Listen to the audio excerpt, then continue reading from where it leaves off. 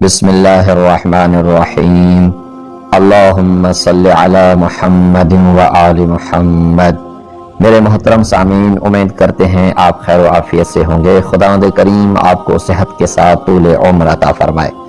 میرے محترم سامعین، کچھ کام انسان کی زندگی میں ایسے ہوتے ہیں جن کاموں کو کرنے سے انسان کے رزق میں بھی کمی ہوتی ہے اور انسان کے عمر میں بھی کمی ہوتی ہے، اور یقیناً ہر انسان چاہتا ہے کہ میرے رزق میں بھی وسعت ہو اور میرے عمر میں بھی طولانیت ہو۔ تو وہ کون سے کام ہیں جن کاموں کو کرنے کی وجہ سے رزق میں بھی کمی واقع ہوتی ہے اور عمر میں بھی کمی واقع ہوتی ہے، جن کاموں کو نہیں کرنا چاہیے؟ اچھا، ایک اور بات دھیان طلب ہے، وہ یہ کہ ایک آدھ مرتبہ اگر یہ کام ہو جائیں تو کوئی فرق نہیں پڑتا۔ مستقل کوئی بندہ اپنا معمول ان کاموں کو کرنے کے لیے نہ بنا لے، مستقل بندہ ان کاموں کو اس طرح سے کرتا چلا نہ جائے، تو پھر اگر یہ مستقل کرتا چلا جائے گا تو پھر رزق میں بھی کمی واقع ہوگی اور عمر میں بھی کمی واقع ہوگی۔ تو وہ کام کون سے ہیں، ان کو غور سے سنیے گا اور آخر تک ویڈیو دیکھیے گا اور شیئر کیجیے گا، ویڈیو کو بتائیے گا دوسرے لوگوں کو، کیونکہ گھر تو کس کا بھی گھر ہو سکتا ہے اور عمر تو کس کی بھی عمر ہو سکتی ہے۔ اس میں نہ مذہب کی قید ہے، نہ دین و دھرم کی قید ہے، نہ علاقے اور ملک کی قید ہے۔ کوئی بھی شخص ان کاموں کو اگر مستقل اپنی زندگی میں انجام دیتا رہے تو اس کو یہ دونوں نقصان ہو سکتے ہیں، رزق میں بھی کمی واقع ہو سکتی ہے اور اس کی عمر میں بھی کمی واقع ہو سکتی ہے۔ تو ہم ان کاموں کو شروع کرتے ہیں بیان کرنا۔ تو ایک ہے والدین کی نافرمانی کرنا۔ تو مستقل جو بندہ اپنے والدین کی نافرمانی کرتا چلا آئے گا، اس کو رزق میں بھی کمی واقع ہوگی اور عمر میں بھی کمی واقع ہوگی۔ اور ایک ہے غصہ کرنا۔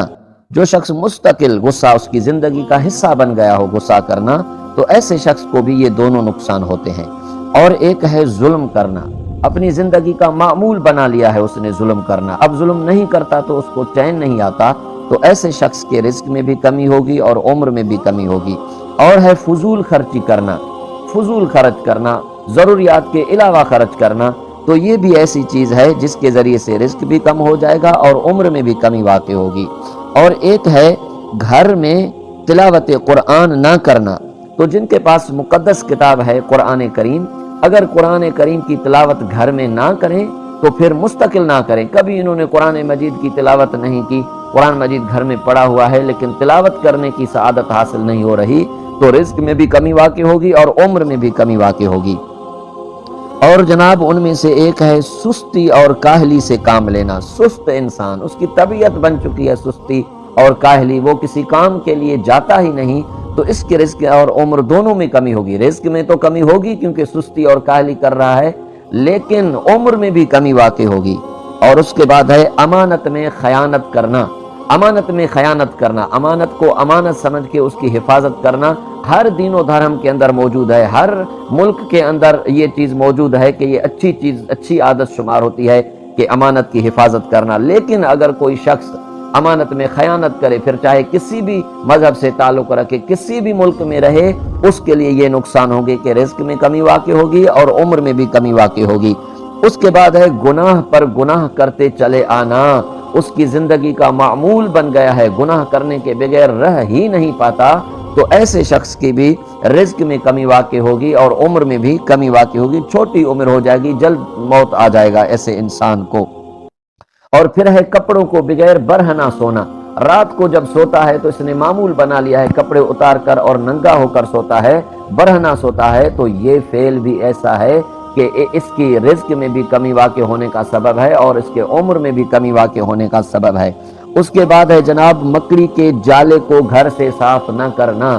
گھر پورا مکڑی کے جالے سے بھرا ہوا ہے، پھر یہ کسی کا بھی گھر ہو، کسی بھی مذہب اور دین اور دھرم کو ماننے والا ہو، کسی بھی علاقے ملک کے رہنے والا ہو، لیکن اگر گھر کو مکڑی کے جالوں سے صاف نہیں کرتا تو رزق میں بھی کمی ہوگی اور عمر بھی اس کی چھوٹی ہو جائے گی۔ اس کے بعد ہے جناب برتن دھوئے بغیر چھوڑ دینا۔ بس معمول بن گیا ہے، جب کھانا کھاتے ہیں برتنوں کو استعمال کرتے ہیں تو ان کو دھوتے نہیں ہیں، ایسے ہی گندے برتن گھر میں پڑے ہیں، تو یہ فعل ایسا ہے، یاد رکھیے گا، اس سے رزق میں بھی کمی ہوتی ہے لیکن ساتھ ساتھ عمر بھی کم ہو جاتی ہے۔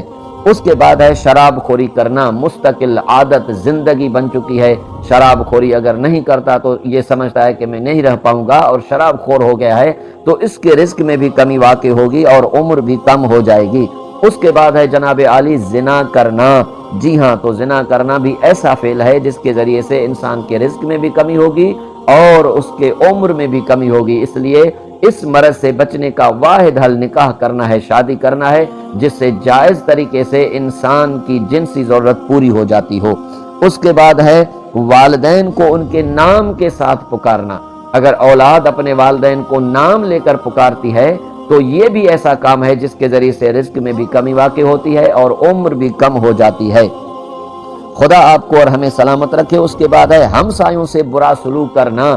ہمسایوں کے بہت سے حقوق ہیں۔ اب کوئی شخص اگر ہمسایوں سے مستقل برا سلوک کرتا چلا آ رہا ہے، اس کی زندگی ہمسایوں سے برا سلوک کرتے ہوئے گزر رہی ہے، تو اس کا نتیجہ یہ ہوگا کہ رزق میں بھی کمی ہوگی اور عمر میں بھی کمی ہوگی۔ اس کے بعد ہے چوری کرنا۔